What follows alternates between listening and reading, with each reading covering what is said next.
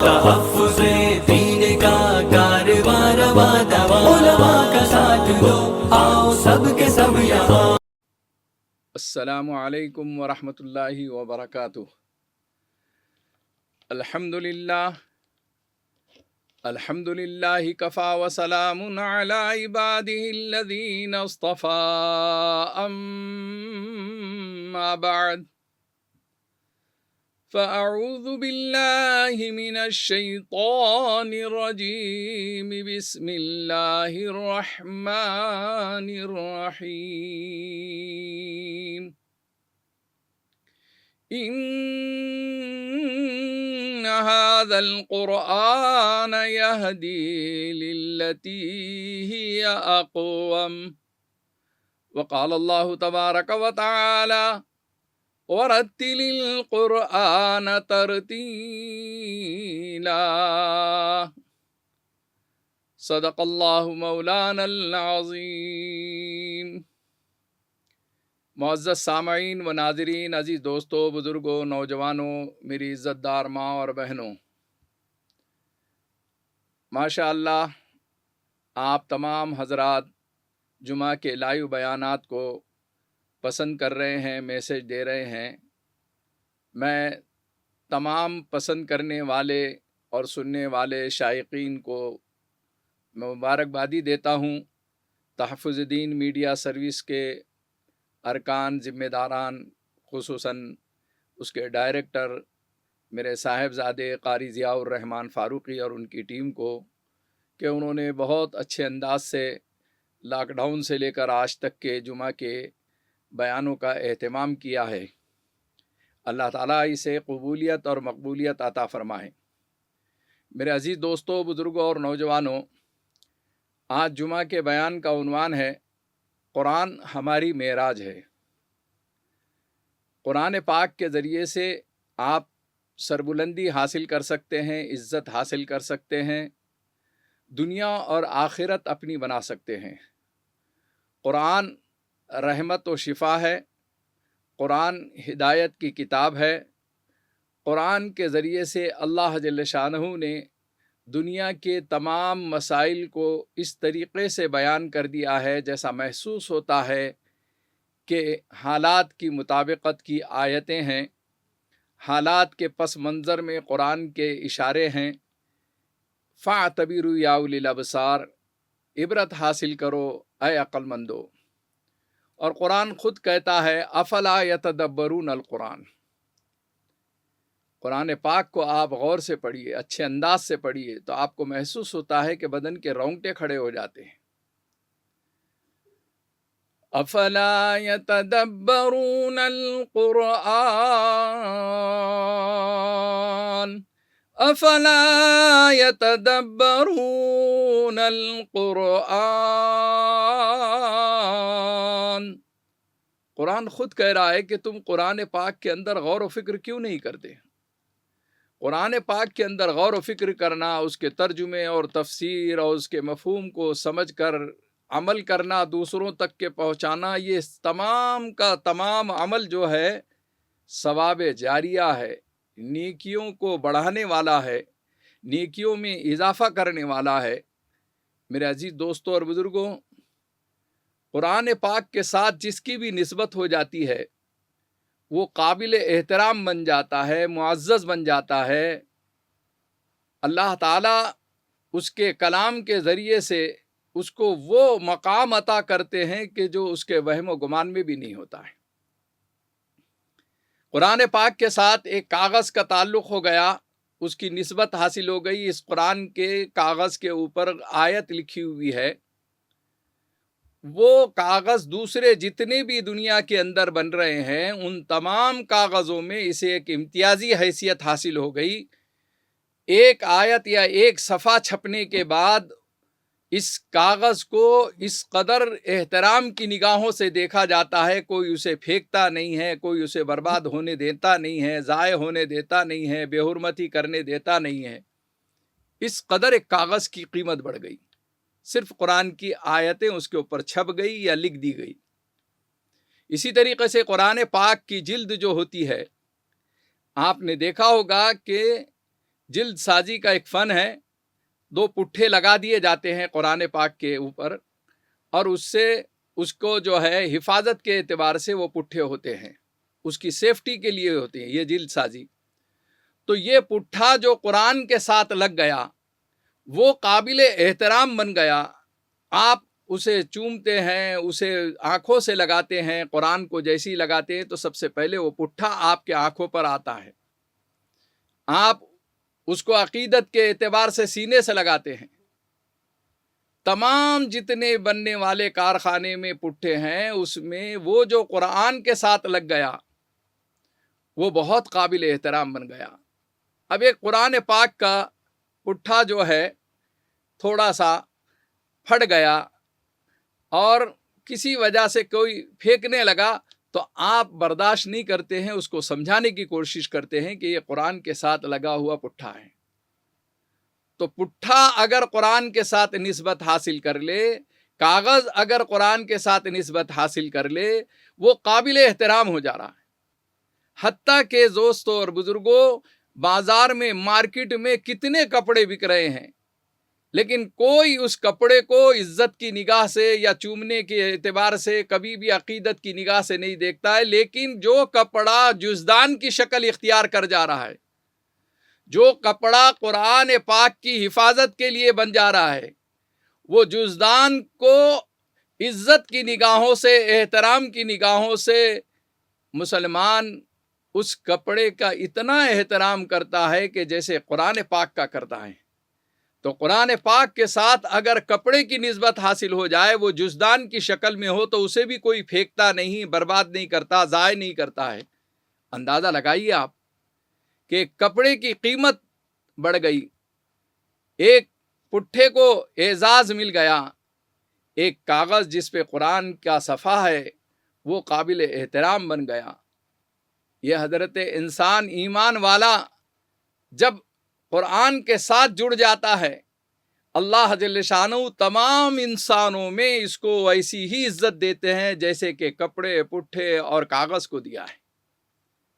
یہی وجہ ہے کہ اس قرآن پاک کے ساتھ نسبت حاصل کرنے پر اس کو پڑھنا ثواب، اس کو دیکھنا ثواب، اس کا میسج دوسروں تک کے پہنچانا ثواب، اس کے اندر غرق ہو جانا، ڈوب جانا، اسی قرآن کے مطالعے میں لگ جانا، یہ سارا کا سارا اجر و ثواب حاصل کرنے کا ذریعہ بنتا ہے۔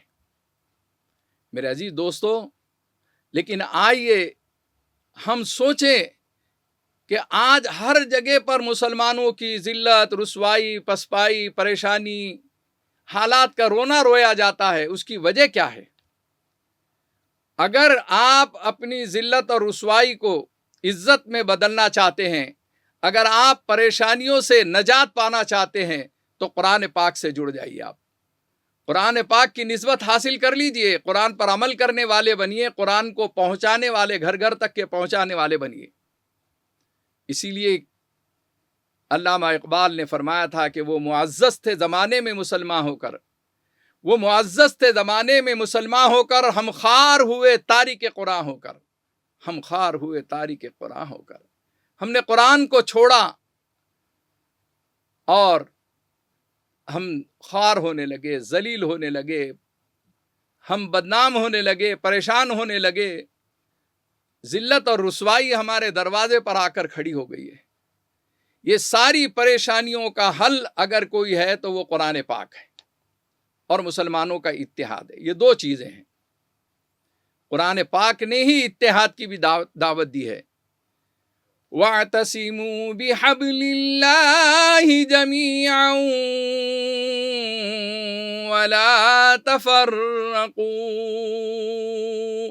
وَاعْتَصِمُوا بِحَبْلِ اللَّهِ جَمِيعًا وَلَا تَفَرَّقُوا، اللہ کی رسی کو مضبوطی سے تھام لو اور آپس میں تفرقہ مت کرو۔ یہ دیوبندی، بریلوی، یہ اہل سنت والجماعت، یہ شیعہ، سنی، یہ تبلیغی، یہ فلاں، یہ تھوڑی دیر کے لیے سمجھ جائیے، عقیدے کے اعتبار سے، ایمان کے اعتبار سے آپ کو پہچان دلا بھی دیا تو بند کمروں کی بحث ہے، یہ بند کمروں کی جھگڑا ہے، یہ یہ اوپن اسٹیج پر ایک دوسرے کو چیلنج کرنے کا ذریعہ نہیں ہے. مسلکی جھگڑوں سے ہم کو بالا تر ہو کے، مسلکی جھگڑوں سے ہم کو اوپر اٹھ کر، قرآن ایک ہے، اللہ کا نبی ایک ہے، اللہ ایک ہے، اور یہ قوم جو ہے کئی تفرقوں میں بٹی ہوئی ہے. وَلَا تَنَازَعُوا فَتَفْشَلُوا وَتَذْهَبَ رِيحُكُمْ. آپس میں جھگڑا مت کرو، قرآن کہہ رہا ہے. بحث مت کرو، الجھو مت، ورنہ تمہاری ہوا اکھڑ جائے گی. آج یہی ہو رہا ہے. ہم اسی چیز میں ہے، سوچنے میں ہے کہ ہاتھ سینے پہ باندھے یا ناف کے نیچے باندھے. تم ہاتھ پر بحث کر رہے ہو، وہ تمہارے ہاتھ کاٹنے کی پلاننگ کر رہے ہیں. تم ہاتھ پر بحث کر رہے ہو، وہ تمہارے ہاتھوں کو کاٹنے کی سازش کر رہے ہیں. تم یہ سمجھنے کو کیوں تیار نہیں ہیں؟ ایک مسلک، ایک عقیدت، آپ کو مبارک، سب کو مبارک، لیکن یہ کوئی جھگڑے کا ذریعہ نہیں ہے. مسلمان جھگڑالو نہیں ہو سکتا، مسلمان ذلیل کرنے والا نہیں ہو سکتا، مسلمان ظالم نہیں ہو سکتا. یہ سمجھیے، یہ سارا پیغام قرآن دے رہا ہے. سینکڑوں آیتیں ہیں کہ جو انسانیت کو، ایمان والوں کو جھنجھوڑ رہی ہے، للکار رہی ہے، ان کے ضمیر کو زندہ کر رہی ہے. آئے تو کوئی، پڑھے تو کوئی. اب پڑھنے کا مسئلہ آتا ہے قرآن پاک کا، تو ہم قرآن کو کیسے پڑھتے ہیں؟ ہمارے پاس ڈاکٹر، انجینئر، مشہور اسلامی اسکالر ہیں. جب وہ بیان کے اندر، تقریر میں، اسپیچ میں جب قرآن کی آیت پڑھتے ہیں تو دسیوں جگہ غلطی کرتے ہیں. اعراب کی غلطی ہوتی ہے، زیر زبر کی غلطی ہوتی ہے، پڑھنے کے لب و لہجے کی غلطی ہوتی ہے، مجہول پڑھتے ہیں، اور وہ سمجھتے ہی نہیں. وہ سمجھتے ہیں کہ ہم قرآن پڑھ رہے ہیں. بہت ساروں کو تو قرآن صحیح ناظرہ پڑھنا نہیں آتا ہے، اور وہ درس قرآن دے رہے ہیں. انہیں یقیناً درس قرآن دینا چاہیے، انہیں قرآن کے ساتھ یعنی جو ہے تعلق ہونا چاہیے. لیکن سب سے پہلے اپنی اصلاح کرے کہ قرآن کو کیسے پڑھنا چاہیے. تو قرآن سے ہی ہم پوچھتے ہیں. قرآن کہہ رہا ہے کیسے قرآن کو پڑھیں. وَرَتِّلِ الْقُرْآنَ تَرْتِيلًا وَرَتِّلِ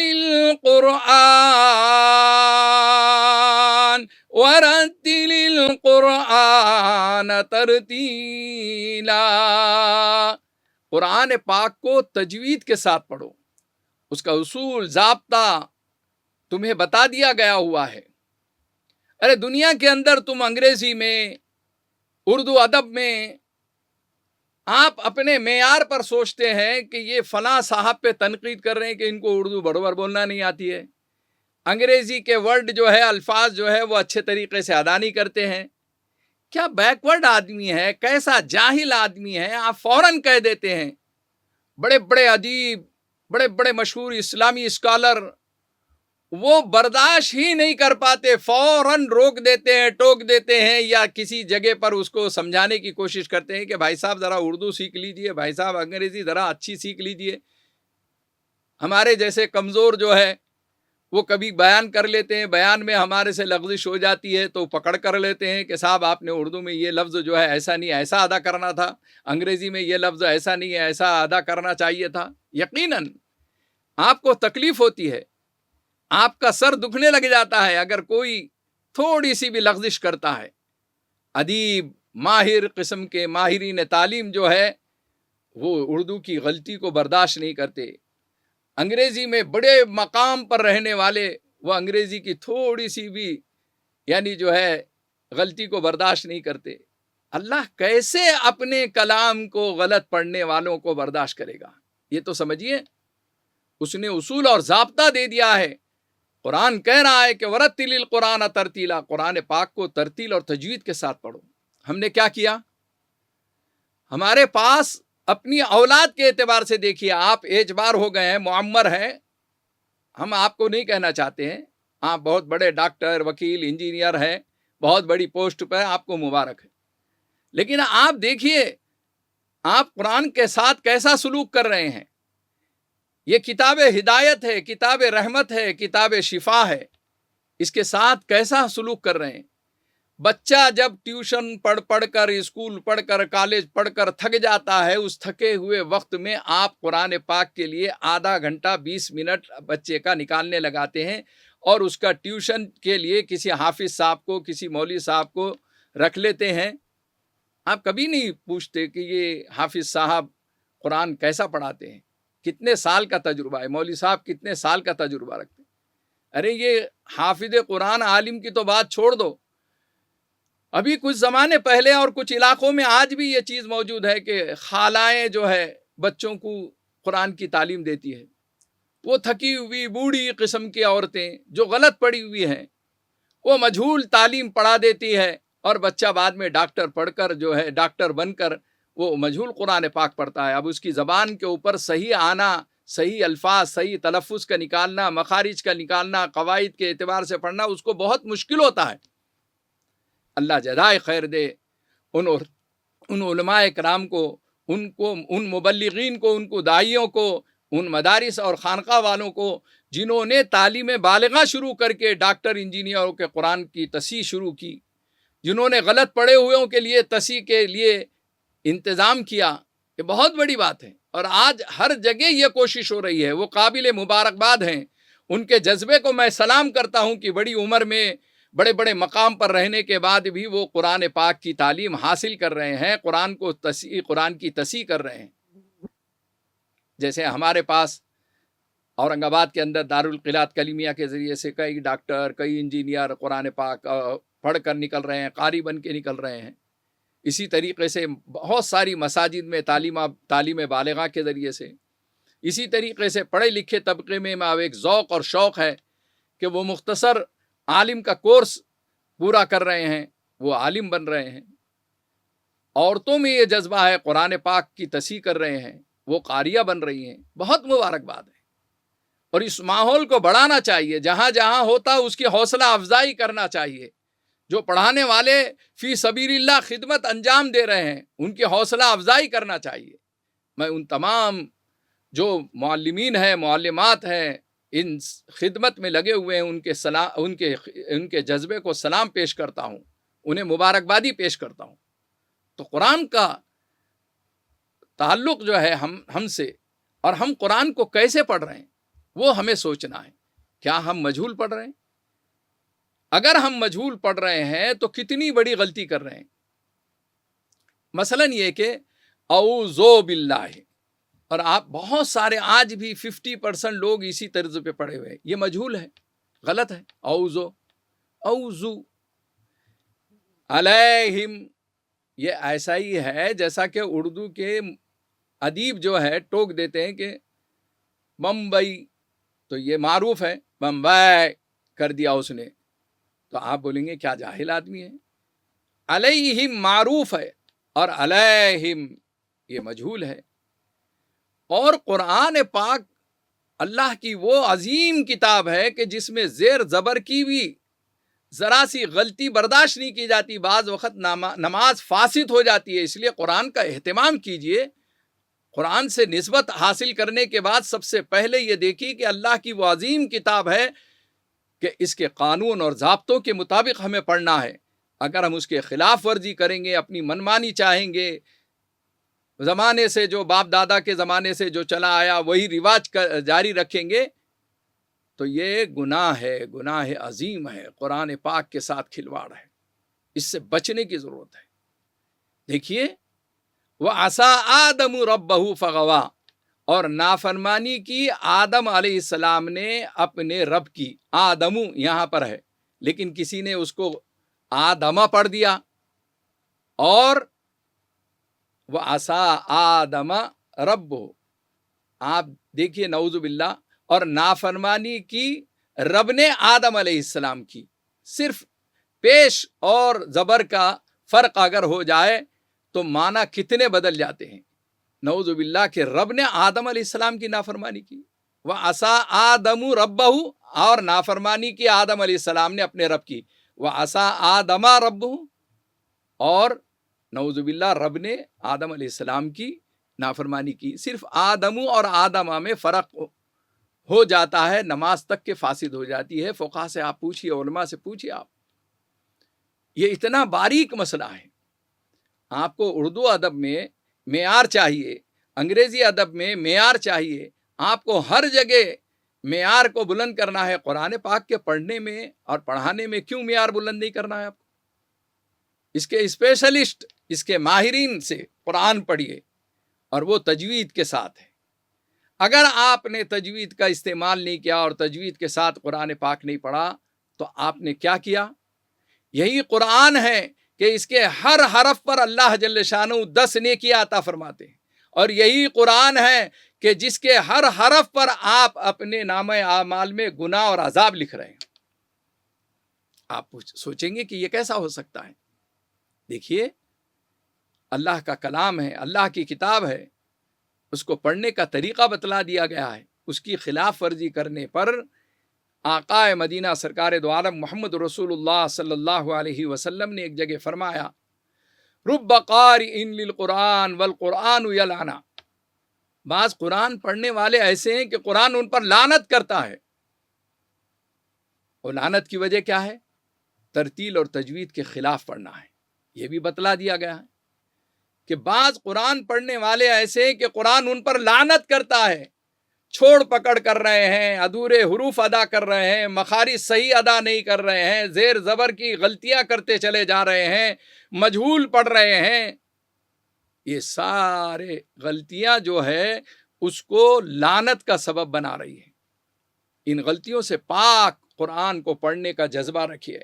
کتنی بھی عمر ہونے دیجیے آپ کی، کتنا بھی آپ نے کسی خالہ اور ماما سے پڑھا ہوا ہو، غلط رٹا ہوا ہو، اس کو تصحیح کی جا سکتی ہے.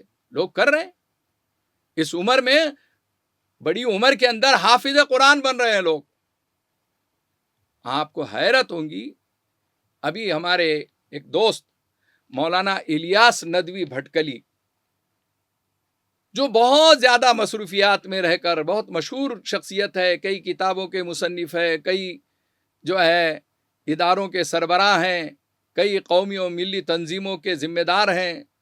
ساری مصروفیتوں کے باوجود، درس و تدریس کے باوجود، انہوں نے لاک ڈاؤن کے اندر ایک جذبہ تھا قرآن پاک کا حفظ کرنے کا. سوچتے تھے کہ اتنا بڑا عالم تو ہو گیا، ساری چیزیں دے دی اللہ نے، لیکن میں حافظ قرآن نہیں بن سکا. تو انہوں نے حفظ شروع کیا. اس بڑی عمر کے اندر مولانا الیاس ندوی بھٹکلی نے 11 مہینے کے اندر الحمدللہ قرآن پاک مکمل کر لیا، حفظ کر لیا اچھے انداز سے. وہ قابل مبارکباد ہے، ان کے گھر والے قابل مبارکباد ہیں. اسی طریقے سے بہت سارے لوگوں کے واقعات ہیں. اور اس قرآن کے قریب آنے کے بعد آپ دیکھیں گے کہ قرآن بہت آسان ہو جاتا ہے. اللہ تعالیٰ آپ کے لیے آسان کر دیتے ہیں. تصحیح بہت آسان ہے. تو قرآن کی تصحیح کے لیے آپ وقت نکالیے. اپنے محلے کے امام، اپنے محلے کے اچھے قاری قرآن کے پاس جا کر اپنے قرآن پاک کو صحیح کیجیے. اسی لیے اللہ کے رسول صلی اللہ علیہ وسلم نے ایک جگہ یہ بھی فرمایا قرآن سے متعلق، حسنوا القرآن باصواتکم فإن الصوت الحسن یزید القرآن حسنا. حسنوا القرآن، قرآن پاک کو اچھی آوازی سے پڑھو، خوش الحانی سے پڑھو. حسنوا القرآن باصواتکم فإن الصوت الحسن یزید القرآن حسنا. قرآن پاک کو، اس کے حسن کو دوبالا کر دیتا ہے اچھی سے آواز سے پڑھنے والا قاری. اچھا قاری اگر ہے تو بدن کے رونگٹے کھڑے ہو جاتے ہیں، آنکھ سے آنسو جاری ہو جاتے ہیں. آپ کو حیرت ہوگی. یہ خادم قرآن محفوظ الرحمان آپ سے مخاطب ہے. میرے تجربات ہیں کہ قرآن کی وجہ سے اللہ نے مجھے عزت دی، شہرت دی، ساری چیزیں دی، اس مقام تک کے پہنچایا. آپ کی عقیدت، آپ کی محبت، یہ صرف میرے قرآنی خدمت، قرآن کے اچھے پڑھنے کی وجہ سے اور قرآنی عملیات کی وجہ سے. میں اکثر کہا کرتا ہوں، اور میں اپنی عزت، شہرت، دولت، ہر چیز کا کریڈٹ جو ہے قرآن پاک کو دیتا ہوں. اور اسی لیے میں نے ایک کتاب لکھی ہے، قرآن میری معراج ہے. قرآن میری معراج ہے. مجھے اس قرآن سے اچھے پڑھنے کی وجہ سے کیسے کیسے بڑے مذہبی رہنماؤں تک کے اللہ تعالیٰ نے رسائی دی، بڑے بڑے سیاسی سماجی قائدین تک کے، بہت بڑی بڑی شخصیات تک کے، صرف اور صرف قرآن کے اچھا پڑھنے کی وجہ سے. خوش الحانی جو ہے انٹرنیشنل قرأت کے مقابلوں میں اللہ تعالیٰ نے 3 مرتبہ موقع عنایت فرمایا، اس کا شکر ہے۔ اور میرے سارے بچوں کو اللہ تعالیٰ نے اچھی آواز دی، اچھا قاری بنایا، وہ قرآن پاک کو بڑے اچھے انداز میں، مجھ سے بھی اچھے انداز میں میری اولاد پڑھتی ہے میرے عزیز دوستو، اور اس کا دنیا میں صلہ بھی مل رہا ہے اور انشاءاللہ آخرت میں بھی ملے گا۔ آپ کو حیرت ہوگی کہ خوش الحانی سے قرآن کا جو ہے حسن دوبالا ہو جاتا ہے، بدن کے رونگٹے کھڑے ہو جاتے۔ آپ نے دیکھا ہوگا کہ امام حرم عبد الرحمن سدیس جب قرآن پاک پڑھتے ہیں اور وہ خود رونے لگ جاتے ہیں تو پیچھے مصلی بھی رونے لگ جاتے ہیں۔ لاکھوں انسان جو ہے جو ٹی وی پر تک کے دیکھ رہے ہیں رمضان المبارک کے اندر اور دیگر جمعوں میں تو رونے لگ جاتے ہیں، بدن کے رونگٹے کھڑے ہو جاتے ہیں۔ ان کا قرآن ایک جادوئی آواز ہے، ان کے اللہ تعالیٰ نے آواز کے اندر وہ درد رکھا ہے کہ جس کی وجہ سے انسان جو ہے ادھر ادھر بھٹکتا بھی نہیں ہے، نماز میں دل لگتا ہے۔ قرآن کو ایسی قاری عبد الباسط عبد الصمد کی قرآن کو تلاوت کو سنیے، اور بڑے بڑے جو ہے قاری عبد الباسط عبد الصمد کو جب جمال عبد الناصر نے مصر کے حکمراں نے روس کے ایک سفر میں ساتھ میں لے کر گئے، ارے بڑے عہدوں پر رہنے والوں، قاری قرآن سے ایسی محبت کرو، دیکھو کہ روس کے سفر پر ایک ڈیلیگیشن جا رہا ہے، اس میں اس زمانے کا صدر مصر کا جو ہے امیر، اس زمانے کا بادشاہ، اس زمانے کا دوسرے سب کو تو درباریوں کو لے جا رہا ہے، خواص کو لے جا رہا ہے، لیکن ایک قاری قرآن قاری عبد الباسط عبد الصمد کو ساتھ میں لے جا رہے ہیں۔ دیکھو قرآن سے تعلق ہوگا تو آپ عالم کی اور حافظ قرآن اور قاری قرآن کی عزت کرو گے، اس کو ساتھ بٹھانا اپنے لیے پسند کرو گے، اس کے ساتھ رہنا پسند کرو گے، اس کی قرآن کی تلاوت سننا پسند کرو گے، اس کے ذریعے سے میسج دینا چاہو گے۔ لکھا ہے کتابوں میں کہ یہ جب ڈیلیگیشن سرکاری وفد جو ہے روس پہنچا، وہاں پر میٹنگ شروع ہونے سے پہلے جمال عبد الناصر نے روس کے بادشاہ سے، صدر سے اور دیگر قائدین سے، مندوبین سے یہ گزارش کی کہ چند منٹ دیں، میں نے اپنے ساتھ ایک قرآن کے پڑھنے والے کو لے کر آیا ہوں۔ اور جس وقت قاری عبد الباسط عبد الصمد نے قرآن پاک پڑھا، آپ کو حیرت ہوگی کہ دنیا کے بڑے بڑے ملکوں کے مندوبین، نمائندے وہاں پر بیٹھے ہوئے تھے اور سب کے آنکھ سے آنسو جاری تھے۔ قاری عبد الباسط عبد الصمد کو اللہ تعالیٰ نے وہ آواز، وہ اتار چڑھاؤ، وہ درد، وہ انداز دیا تھا کہ جس کی وجہ سے جو ہے اگر اس کو معنی بھی سمجھ میں نہیں آ رہے، اس کا مفہوم بھی سمجھ میں نہیں آ رہا، لیکن اس کے اوپر رقت طاری ہو جاتی تھی، اس کے بدن کے رونگٹے کھڑے ہو جاتے تھے، اور لوگ حیران رہ گئے اور پڑھو کہنے لگے۔ اور زندگی میں ہم نے ایسا کوئی کلام نہیں سنا، زندگی میں ہم نے ایسا کوئی پڑھنے والا دیکھا نہیں۔ یہ کہتے رہے، بہت مبارکبادی دیتے رہے، ان سے عقیدت سے ملتے رہے۔ جتنا بڑا مقام ایک بادشاہ وقت کا ہوتا ہے، اتنا ہی ایک قاری قرآن کا بھی ہوتا ہے۔ یہ زمانے کو بتایا اس زمانے کے اندر، اور مجھے یہ شرف حاصل ہے کہ دارالعلوم دیوبند کے 100 سالہ جشن کے موقع پر قاری عبد الباسط عبد الصمد سے میں نے ملاقات کی۔ مجھے یہ شرف حاصل ہے کہ الحمدللہ عبد الرحمن سدیس امام حرم کعبہ سے میں نے ملاقات کی، اور یہ دونوں کے سامنے میں نے قرآن پاک کی چند آیتیں تلاوت کر کے شرف تلمذ بھی حاصل کیا، اور انہوں نے میرے پیشانی کو بوسہ دیا، اور ایک تصویر تک کے میرے پاس امام حرم کی موجود ہے۔ آپ دیکھیں گے تو حیرت کریں گے کہ امام حرم وہ کس قدر یعنی جو ہے خوش ہوئے ہیں کہ ایک ہندی ہے، ایک اعجمی ہے آپ، اور قرآن اتنا اچھا پڑھتے ہیں۔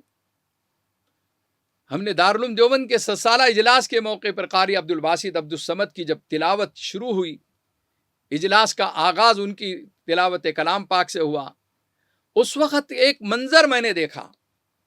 اس سے پہلے 1 گھنٹے تک کے لوگ کوشش کرتے رہے، اتنے لاکھوں کروڑوں کے مجمع کو خاموش کرنے کے، وہ خاموش نہیں ہو رہا تھا۔ ہر بڑا عالم آ کر اپیل کرتا تھا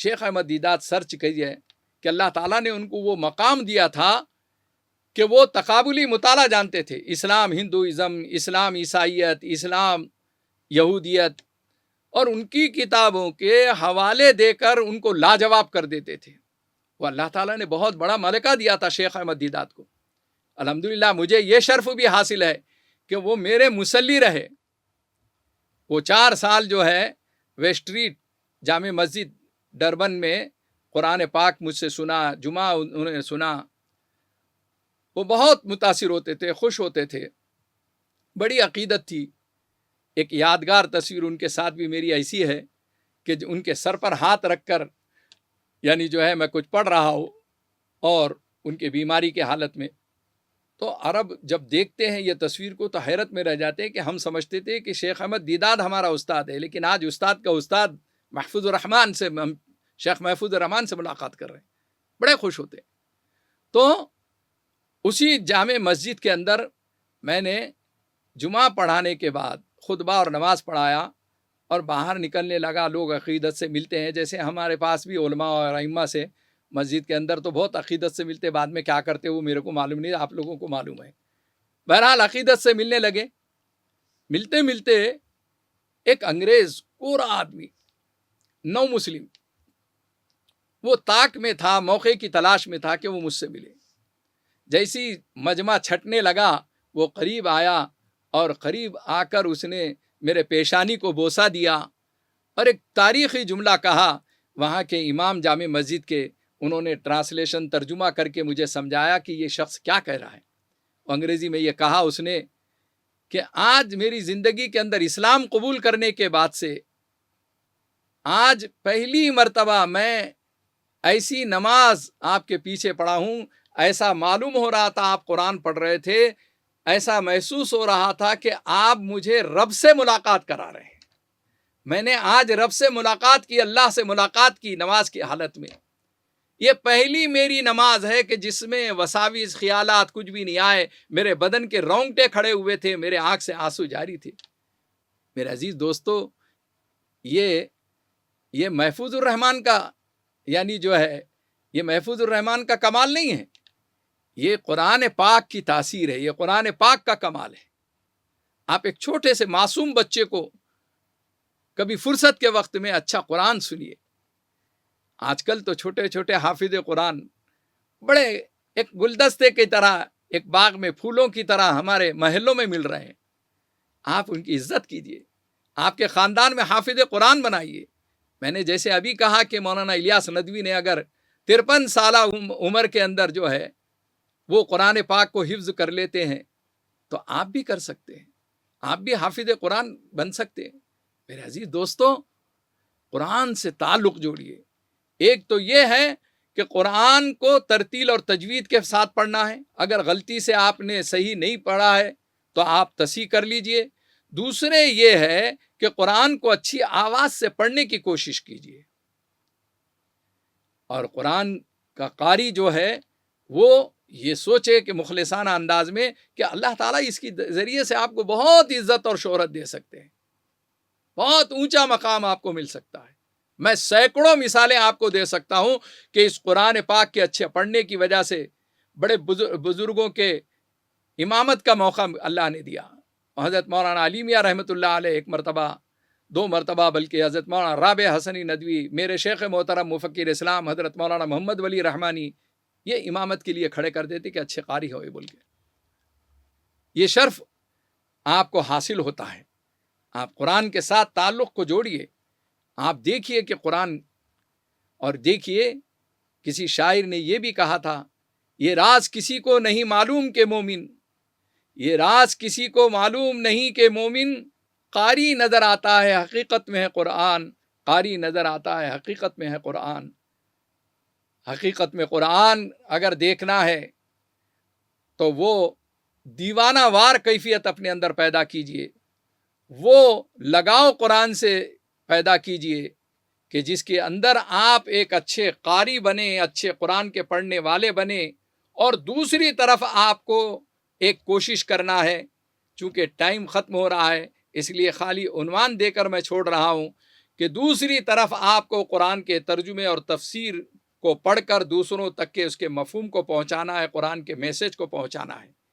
اس لیے کہ دنیا انسانیت آج تشنا ہے اور چاہتی ہے۔ ہم نے دیکھا، آخر میں ایک بات عرض کر کے ختم کروں کہ کشمیر کے اندر میرے ایک دوست مولانا عدنان ندوی، وہ قرآن موبائل یعنی جو ہے ایک موبائل ہے، موبائل جو ہے گاڑی ہے، وہ چلتی پھرتی قرآن کے میسج کو جو ہے لوگوں تک کے پہنچاتی ہے۔ چونکہ کشمیر ٹورسٹ ایریا ہے، ہر جگہ سے، ہر ملک سے لوگ وہاں پر آتے ہیں، تو انہوں نے ایک ایسی وین تیار کی ہے، ایک ایسی موٹر 4 ویلر تیار کی ہے کہ جس کے ذریعے وہ ٹورسٹ ایریوں میں، کارنروں پر جا کر، چوراہوں میں، باغات میں جا کر کھڑے ہو جاتی ہے۔ اچھے قاری کی قرآن کو، تلاوت کو تھوڑی دیر سنتے ہیں، لوگ جمع ہو جاتے ہیں۔ اس کے بعد کئی زبانوں میں اس کا ترجمہ اور تفسیر بتلایا جاتا ہے، اردو میں ہے، ہندی میں ہے، گجراتی میں ہے، انگریزی میں ہے، کئی تمل میں ہے، ہر اعتبار سے جیسا مجمع ہوتا ہے۔ اگر تمل کا مجمع ہے تو تمل میں اس کے ترجمے اور تفسیر کو انہوں ظاہر کرتے ہیں، اگر پڑھا لکھا مجمع ہے تو انگریزی کے اندر۔ تو مولانا عدنان ندوی صاحب القرآن وین کے ذریعے سے ایک دعوتی کام کر رہے ہیں۔ نئے نئے انداز میں آپ قرآن کے ذریعے سے دوسروں تک کے کیسے پہنچ سکتے ہیں اور کیسے خدمت کر سکتے ہیں، دین کا داعی جو ہے وہ کیسا ہوتا ہے اس زمانے کے اندر، اس کی سوچ، اس کی فکر مثبت انداز میں ہو کہ یہ تشنا لوگ کھڑے ہوئے ہیں، یہ امت دعوت ہے جو آپ کے سامنے کھڑی ہوئی ہے۔ یہ غیر مسلم حضرات جو ہے، ہم غیر مسلم بھی نہیں کہیں گے، ہمارے بھائی ہیں، یہ دعوت کے اعتبار سے یہ اس بات کے متلاشی ہیں، اور یہ دعوت کے اعتبار سے یہ چاہتے ہیں کہ ہم دین اسلام اور قرآن کا میسج اور پیغام ان تک کے پہنچائیں۔ آئیے ہم عہد کریں کہ ہم قرآن پاک کو روزانہ تلاوت کرنے والے بنیں گے، ہم قرآن پاک کو اچھے سے پڑھیں گے، دوسروں تک کے قرآن کے مفہوم کو سمجھانے کی کوشش کریں گے۔ آئیے اپنی اولاد کو، آنے والی نسل کو بیسک بنیادی طور پر آپ حافظ قرآن بنا کر ڈاکٹر بنائیے، حافظ قرآن بنا کر انجینئر بنائیے، حافظ قرآن بنا کر وکیل بنائیے، حافظ قرآن بنا کر ماہرین تعلیم بنائیے، حافظ قرآن بنا کر اسلامی اسکالر اس کو بنائیے، اچھا سائنسداں بنائیے، اچھا پروفیسر بنائیے۔ بیسک قرآن سے ہو اس کا، اور اچھے قرآن کو اچھے انداز میں پڑھنے والا ہو۔ آج کل آپ نے ویڈیو میں دیکھا ہوگا، ایک فوجی ہے بہت بہترین قرآن پاک پڑھ رہا ہے، ایک پائلٹ ہے وہ بہت بہترین انداز میں قرآن پاک کی تلاوت کر رہا ہے، ایک سپاہی ہے اور وہ قرآن پاک کی اچھی تلاوت کر رہا ہے۔ میرے عزیز دوستو، کاش کہ یہ ماحول کو ہم بنانے والے بنے، اس فضا کو بنانے والے بنے، اور قرآن کے پیغام کو دوسروں تک کے پہنچانے والے بنے۔ اللہ جل شانہ مجھے آپ تمام کو عمل کی توفیق عطا فرمائیں۔ وآخر دعوانا ان الحمدللہ رب العالمین۔ انشاءاللہ زندگی رہی تو دوسرے جمعہ میں، آنے والے جمعہ میں قرآن پاک کے حفظ کی فضیلت پر اور قرآن پاک کے یعنی جو ہے اور عظمت پر یعنی انشاءاللہ بات ہوگی۔ اللہ جل شانہ آپ تمام کو بھی اس سے جڑنے کی اور اس کو دوسروں تک کے فارورڈ کرنے کی توفیق عطا فرمائیں۔ پھر ایک مرتبہ میں آپ سے گزارش کرتا ہوں کہ ہر جمعہ کو 3 بجے یہ لائیو بیان جو ہے آپ کی خدمت میں پیش کیا جاتا ہے تحفظ دین میڈیا کے ذریعے سے۔ تحفظ دین میڈیا سرچ کر کے 3 بجے اپنی پوری فیملی کے ساتھ دین کی باتیں سنیں، اللہ اور رسول کی باتیں سنیں، اور کچھ نہ کچھ ایک کی دل پر بھی چوٹ لگ گئی اور انقلاب زندگی میں پیدا ہو گیا۔ میرے اور آپ کے لیے آخرت کے اعتبار سے یہی ذخیرہ ہے۔ اللہ عمل کی توفیق عطا فرمائے۔ وآخر دعوانا الحمدللہ رب العالمین۔ تحفظ دین کا کارواں رواں